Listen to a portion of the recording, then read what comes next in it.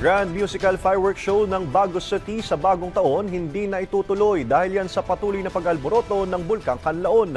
May balitang pambansa si Hope Torrechante ng Radyo Pilipinas, Iloilo.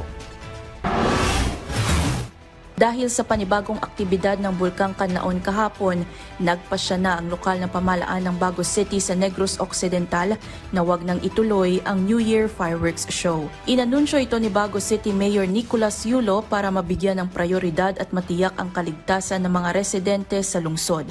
Bukod dito, nagsisilbi ring evacuation center ng mga apektadong residente ang MYT Sports Center at Baguio City Gymnasium.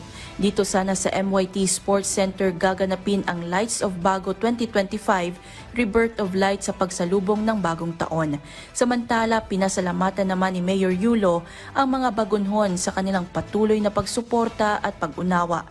Paalala pa ng lokal na pamahalaan sa publiko, manatiling alerto at ligtas ngayong holiday season. Mula sa PBS Radyo Pilipinas Iloilo, ito si Hope Torrechante para sa Balitang Pambansa.